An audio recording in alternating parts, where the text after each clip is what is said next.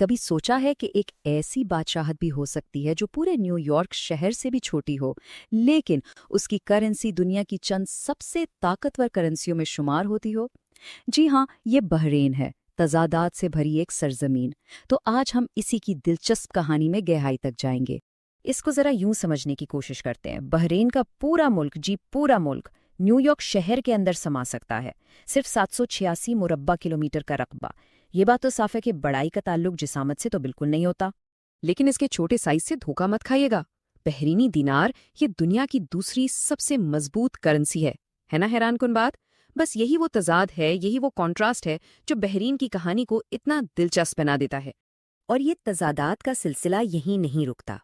یہ بات شاید اور بھی حیران کرے کہ بحرین میں مقامی شہریوں سے دگنے سے بھی زیادہ غیر ملکی کارکن رہتے ہیں۔ ذرا سوچئے، دگنے سے بھی زیادہ! تو یہ آبادی کا یہ عجیب تناسب بحرین کے کلچر اور اس کے مستقبل پر کیسے اثر انداز ہوتا ہوگا؟ یہ ایک بہت بڑا سوال ہے۔ تو آج کے اس سفر میں ہم کیا کیا جاننے والے ہیں؟ ہم بحرین کے انہی تضادات کو سمجھیں گے، اس کے موتیوں والے قدیم ماضی میں جائیں گے، ایک ایسی تاریخی ڈکیتی کی کہانی سنیں گے جو رونگٹے کھڑے کر دے، پھر دیکھیں گے کہ یہ ایک جدید قوم کیسے بنی، دنیا میں اس کا آج کیا مقام ہے، اور آخر میں ان اونچی عمارتوں کے پیچھے کیا چھپا ہے یہ بھی جانیں گے۔ تو چلیں شروع کرتے ہیں پہلے حصے سے، یعنی تضادات کی بادشاہت۔ پہلی بات تو یہ کہ بحرین کوئی ایک جزیرہ نہیں، بلکہ یہ 33 جزیروں کا ایک جھرمٹ ہے، ایک آرکیپیلاگو، اور یہ خلیج فارس میں سعودی عرب کے ساحل کے بالکل قریب ایک بہت ہی اہم جگہ پر واقع ہے۔ 1986 تک بحرین دنیا سے کافی حد تک کٹا ہوا تھا، ایک جزیرہ تھا بس، لیکن پھر بنا شاہ فہد کازوے۔ یہ کوئی معمولی پل نہیں، بلکہ 25 کلومیٹر لمبا انجینئرنگ کا ایک شاہکار ہے۔ اس ایک پل نے بحرین کو سیدھا سعودی عربیہ سے جوڑ دیا، اور بس اس کی قسمت ہی بدل گئی، تجارت اور سفر کا ایک بڑا مرکز بن گیا۔ اب چلتے ہیں اس کے شاندار ماضی کی طرف۔ تیل ملنے سے بہت پہلے بھی بحرین کی دنیا میں ایک الگ پہچان تھی۔ تو ہمارا دوسرا حصہ ہے موتیوں کا قدیم دور۔ 5000 سال پہلے کی بات ہے۔ یہ علاقہ دلمون تہذیب کا گڑھ تھا، جو اس زمانے کی دنیا کے لیے ایک بہت بڑا تجارتی راستہ تھا۔ پھر 629 عیسوی میں یہ اسلام قبول کرنے والے بالکل شروع کے علاقوں میں سے ایک تھا، اور 17ویں صدی آتے آتے تو اسے پوری دنیا موتیوں کی بادشاہت کے نام سے جاننے لگی۔ یہاں کے قدرتی موتی اتنے مشہور تھے۔ لیکن بحرین کی تاریخ میں ایک بہت ہی تاریک اور حیران کر دینے والا باب بھی ہے، ایک ایسی ڈکیتی کی کہانی جس کے بارے میں بہت کم لوگ جانتے ہیں۔ اور یہ کوئی عام ڈکیتی نہیں تھی، یہ مکہ سے حجر اسود کے چرائے جانے کی داستان ہے۔ یہاں سوال یہ پیدا ہوتا ہے کہ خانہ کعبہ کا سب سے مقدس پتھر حجر اسود آخر پورے 22 سال تک کیسے غائب رہا؟ کہاں تھا وہ؟ اس کا جواب ہمیں بحرین کی تاریخ میں ہی ملتا ہے۔ یہ واقعہ ہے 930 عیسوی کا۔ خرامتی نامی ایک گروہ نے، جو ایک انتہا پسند گروہ تھا، مکہ پر حملہ کر دیا، ہزاروں حاجیوں کو شہید کیا اور حجر اسود کو اکھاڑ کر اپنے ساتھ لے گئے۔ پورے 22 سال تک یہ مقدس پتھر بحرین میں ان کی قید میں رہا۔ آخرکار عباسی خلافت نے ایک بہت بھاری تاوان دے کر اسے واپس حاصل کیا، لیکن تب تک اسے کافی نقصان پہنچ چکا۔ اسی ہنگامہ خیز ماضی کی راکھ سے ایک نئی، جدید قوم نے جنم لیا۔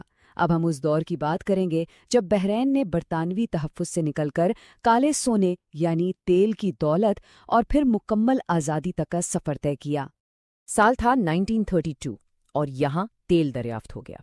بس یہ ایک دریافت ایک انقلابی موڑ تھی، ایک ریئل گیم چینجر۔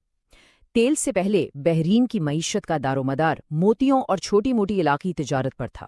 تیل کے بعد یہ پیٹرولیم، انٹرنیشنل بینکنگ اور فائنانس کا ایک بہت بڑا عالمی مرکز بن گیا۔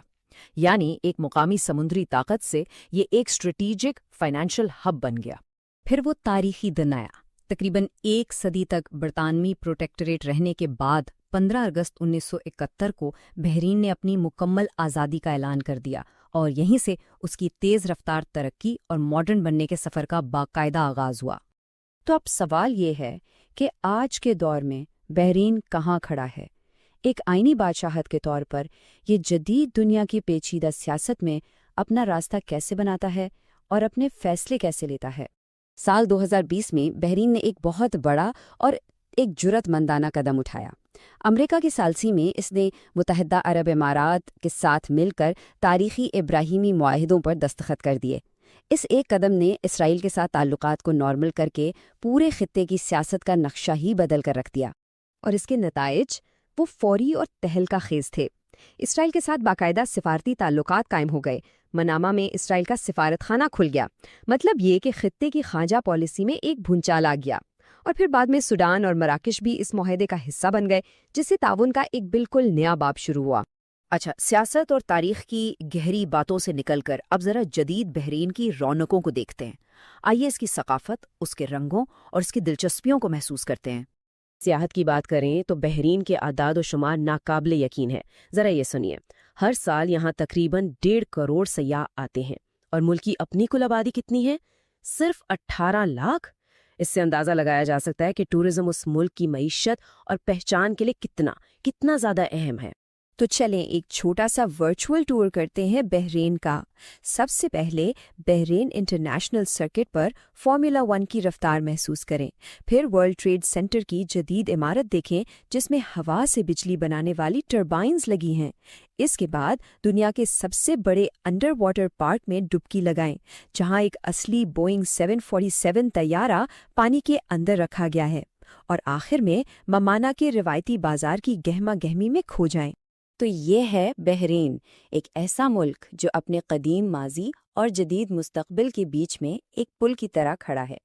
لیکن سوال وہی ہے کہ اس چھوٹے مگر طاقتور ملک کے لیے آگے کیا رکھا ہے؟ ایک بات تو طے ہے، اس کا مستقبل بھی اس کی تاریخ کی طرح ہی دلچسپ اور حیرتوں سے بھرا ہوگا۔